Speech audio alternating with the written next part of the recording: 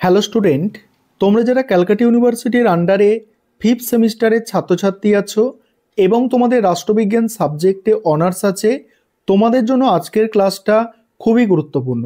আজকের ক্লাসে যেটা তোমাদের আলোচনা করব, তোমাদের ডিএসসি A1 পেপার অর্থাৎ জেন্ডার অ্যান্ড পলিটিক্স, বাংলায় হয় লিঙ্গ এবং রাজনীতি, এই যে পেপারটা আছে এই পেপার থেকে মডিউল 1-এর 10 নম্বরের গুরুত্বপূর্ণ প্রশ্ন উত্তর নিয়ে আলোচনা করব, অর্থাৎ সাজেশান সহ অ্যান্সার নিয়ে আজকে আলোচনা করব। মডিউল 1 থেকে 6টা প্রশ্ন, 10 নম্বরের 6টা প্রশ্নের উত্তর তোমরা আজকের ক্লাসে পেয়ে যাচ্ছ। আর এই 6টা প্রশ্নই মডিউল 1 থেকে তোমাদের তৈরি করতে হবে। এই 6টা প্রশ্ন তোমাদের জন্য খুবই গুরুত্বপূর্ণ। 10 নম্বরের প্রথম যে প্রশ্নটা আছে, দেখো প্রথম প্রশ্ন হচ্ছে, ছেদযুক্ত নারীবাদের মূল যুক্তিগুলি আলোচনা করো। এই 6টা প্রশ্ন একটা ক্লাসে পড়িয়ে দেওয়া সম্ভব নয়, সেই কারণে তোমরা দেখো আমি স্ক্রল করে যাচ্ছি। প্রথমে দেখো তোমাদের ভূমিকা লিখতে হবে, তারপরে এখানে মূল যুক্তিগুলি আছে, এখানে পয়েন্ট করা আছে, 5টা পয়েন্ট আছে দেখতে পাচ্ছ।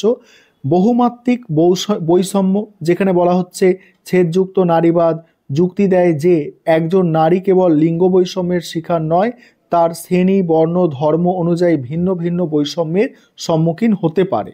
ঠিক আছে, এইভাবে 5টা পয়েন্ট এখানে আছে, তার সঙ্গে সঙ্গে উপসংহার আছে।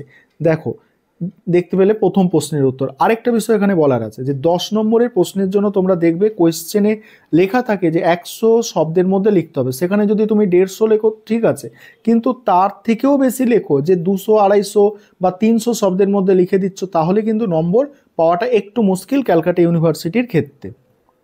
দ্বিতীয় প্রশ্ন যেটা আছে, দ্বিতীয় প্রশ্ন আছে, উন্নয়নে রাষ্ট্রের ভূমিকা সম্পর্কে নারীবাদী বিতর্কের মূল ধারাগুলি বিশ্লেষণ করো। এখানেও দেখো প্রথমেই ভূমিকা দেয়া আছে, ইন্ট্রোডাকশন, তারপরে মূল বিশ্লেষণ। দেখো এখানে উদারপন্থী 3টে ধারা আছে, উদারপন্থী নারীবাদ, মার্ক্সবাদী নারীবাদ আর র্যাডিক্যাল নারীবাদ। তারপরে দেখো উপসংহার আছে। পরে 3 নম্বর যে প্রশ্ন আছে, পরের প্রশ্ন, রাজনীতিতে ক্ষমতার লিঙ্গায়িত রূপ কিভাবে কাজ করে।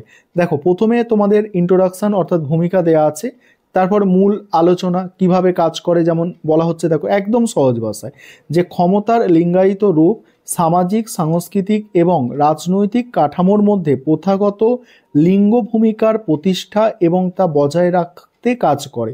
পুরুষতন্ত্র নারীকে রাজনীতির প্রান্তে ঠেলে দেয়, ফলে সিদ্ধান্ত গ্রহণে নারীদের অংশগ্রহণ কমে যায়। আর উদাহরণস্বরূপ বিশ্বজুড়ে পার্লামেন্টের সদস্যদের মধ্যে নারীর উপস্থিতি এখনও উল্লেখযোগ্যভাবে কম। এইভাবে তোমরা অ্যান্সারটা পেয়ে যাবে এখানে। তারপরে উপসংহার আছে একটা, দেখো উপসংহার আছে। তারপরের প্রশ্ন কি আছে, দেখো পরের প্রশ্ন আছে, সমাজতান্ত্রিক নারীবাদের প্রধান দাবিগুলি বর্ণনা করো। এই প্রশ্নের উত্তরটা তোমরা দেখে নেবে, তার আগে একটা বিষয় তোমাদের বলার আছে। তোমাদের জন্য অনলাইন কোচিং ক্লাস চলছে, তোমরা যদি কেউ পেড ব্যাচে অ্যাডমিশন নিতে চাও বা স্টাডি মেটেরিয়াল পারচেস করতে চাও, তাহলে তোমরা এই নম্বরে যোগাযোগ করতে পারো, 912300525218। এই নম্বরে তোমরা যোগাযোগ করে স্টাডি মেটেরিয়াল পারচেস করতে পারো বা আমাদের পেড ব্যাচে অ্যাডমিশন নিতে পারো। তোমাদের 4টে পেপারই গাইড করা হয়। এবারে আছে, সমাজতান্ত্রিক নারীবাদের প্রধান দাবিগুলি বর্ণনা করো। পরের ইম্পর্টেন্ট প্রশ্ন, দেখো সেখানেও ভূমিকা তোমাদের লিখতে হবে, একটা ইন্ট্রোডাকশন, তারপরে সমাজতান্ত্রিক নারীবাদের প্রধান দাবিগুলি।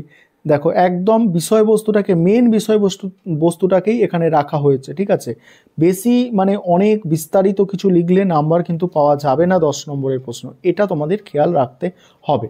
পরের প্রশ্ন আছে, পিতৃতান্ত্রিক সংস্কৃতি বলতে কি বোঝো। এখানেও ইন্ট্রোডাকশন, মূল বিষয়বস্তু তোমরা পেয়ে যাবে। ঠিক আছে, দেখো তারপরেই তোমাদের আছে উপসংহার, দেখে নাও তোমরা। তারপরে ব্যক্তিগত হলো রাজনৈতিক বিবৃতি ব্যাখ্যা করো। এখানে দেখো ভূমিকায় কি লেখা আছে, ব্যক্তিগত হলো রাজনৈতিক বিবৃতি, বলছে দ্য পার্সোনাল ইজ পলিটিক্যাল। আর এটি সুপরিচিত নারীবাদী স্লোগান যা 1960 থেকে 70-এর দশকের দ্বিতীয় তরঙ্গ নারীবাদীদের সময় জনপ্রিয় হয়।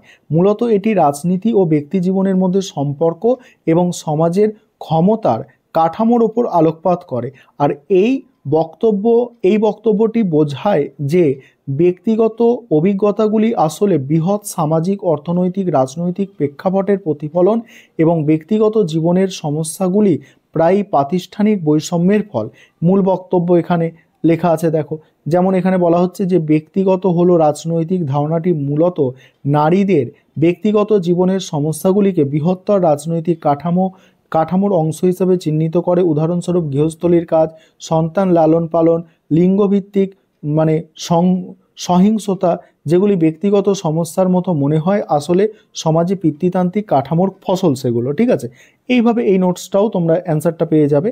এই ছিল তোমাদের আজকে গুরুত্বপূর্ণ মডিউল 1 থেকে 6টি প্রশ্নের সাজেশান সহ অ্যান্সার।